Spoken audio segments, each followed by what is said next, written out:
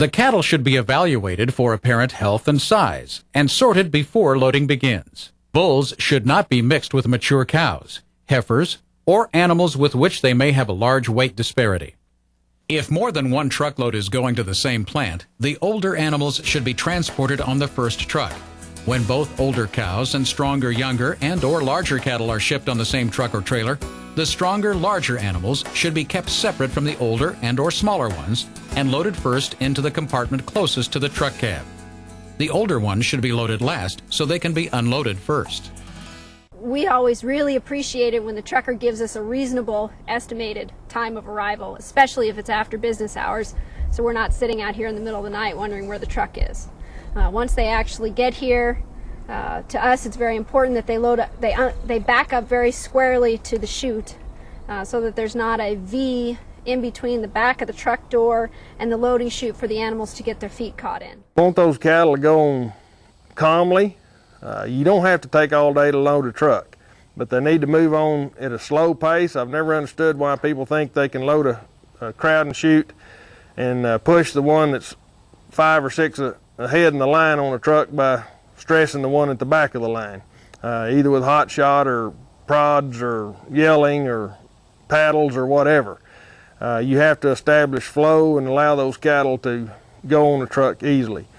Certainly the driver does have to take into consideration that he can't cram on the lightweight cattle. He can't cram them on really tight in order to achieve his maximum pay weight. He has to back off a little bit on that and allow these cattle some room to be able to move around and not overheat. Particularly in hot weather, overloading a trailer is very detrimental to those calves. Increases stress, increases the chance of death loss, animals getting down on a trailer, breaking a leg, or injuring themselves in some form or fashion. As hauling cows, the same thing.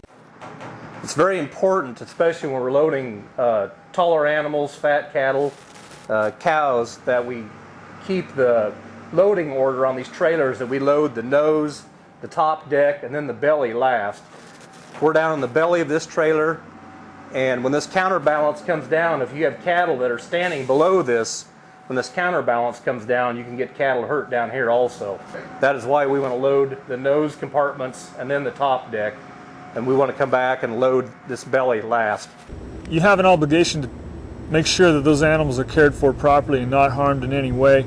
Basically, anything that is loaded into your liner should not come in contact with a deck or a roof. It should be able to stand in its natural position, and if you run into some sort of problem where the cattle are too tall for the doghouse and they're rubbing, we can see some severe damage to the animals, and it has to be avoided at all costs. When we're not using this compartment, we also need to make sure that this gate is shut for future loads, for future sets of cattle, so they don't go back into this area when they're too tall for that application. One of the first things when we get ready to load cattle, we just want to step inside the trailer or look in through the side and make sure our clean out traps are shut. We don't want an animal to stick its leg through here and have an injury.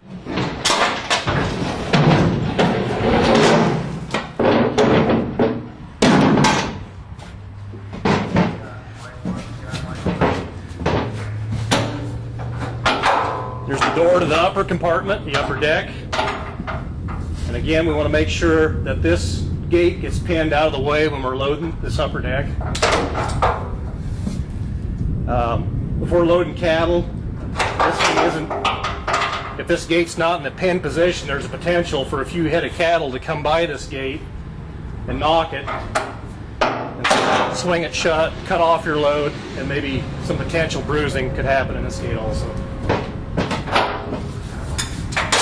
Here's an example of what not to do on these new trailers. I didn't pull out the bull bar on the side of this trailer, and this is a potential area for cattle first to balk and not want to come off the trailer, and number two, they can just plain fall off the ramp right here without this board swung out. Again, here's another gate that needs to be certain that we have fastened when we're loading cattle into the belly, into the lower compartment.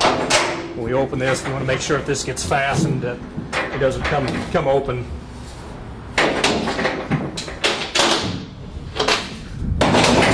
This would be a typical crowd gate in current day cattle trailers, and it's probably a point of concern in terms of quality assurance for beef and driver safety.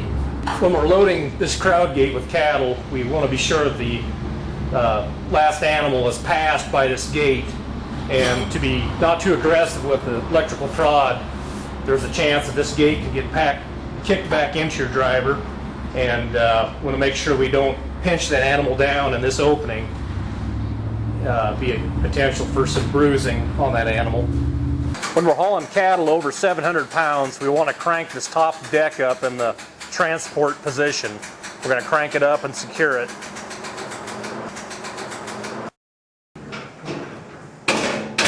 One of the things to remember as a driver, all your pins, your gates, your latches, not only are they there to secure the animals, but they're there for your safety and protection. You want to make sure that everything is in good working order. Watch your floors and make sure that they're in good repair. And if they're not, report it to your owner so that he can get those taken care of and fixed properly. And the safety in a trailer, a lot of it is common sense. Pay attention to what's happened in the trailer. If you're loading cattle on a trailer that's already had a load in it, you're going to have slicker floors. You're going to need to pay attention to your footing. All the while you're trying to read your cattle, know where they're at, know their conditions and their temperaments, keeping safe distances from your cattle. One of the biggest things in the trailer is getting kicked from getting too close to an animal. So you want to watch your distances. Use your crowd gates as your safety protector to keep yourself safe. Trailers are well built and designed, but this is one pressure point we have to watch when we're training new drivers. This counterbalance door can certainly be a place where a driver can get injured while you're loading cattle in this bottom nose. If an animal would step down on this deck while they're in the process of closing this could come back up pretty rapidly, so they need to make sure they're off to the side of this counterbalance gate while they're closing it.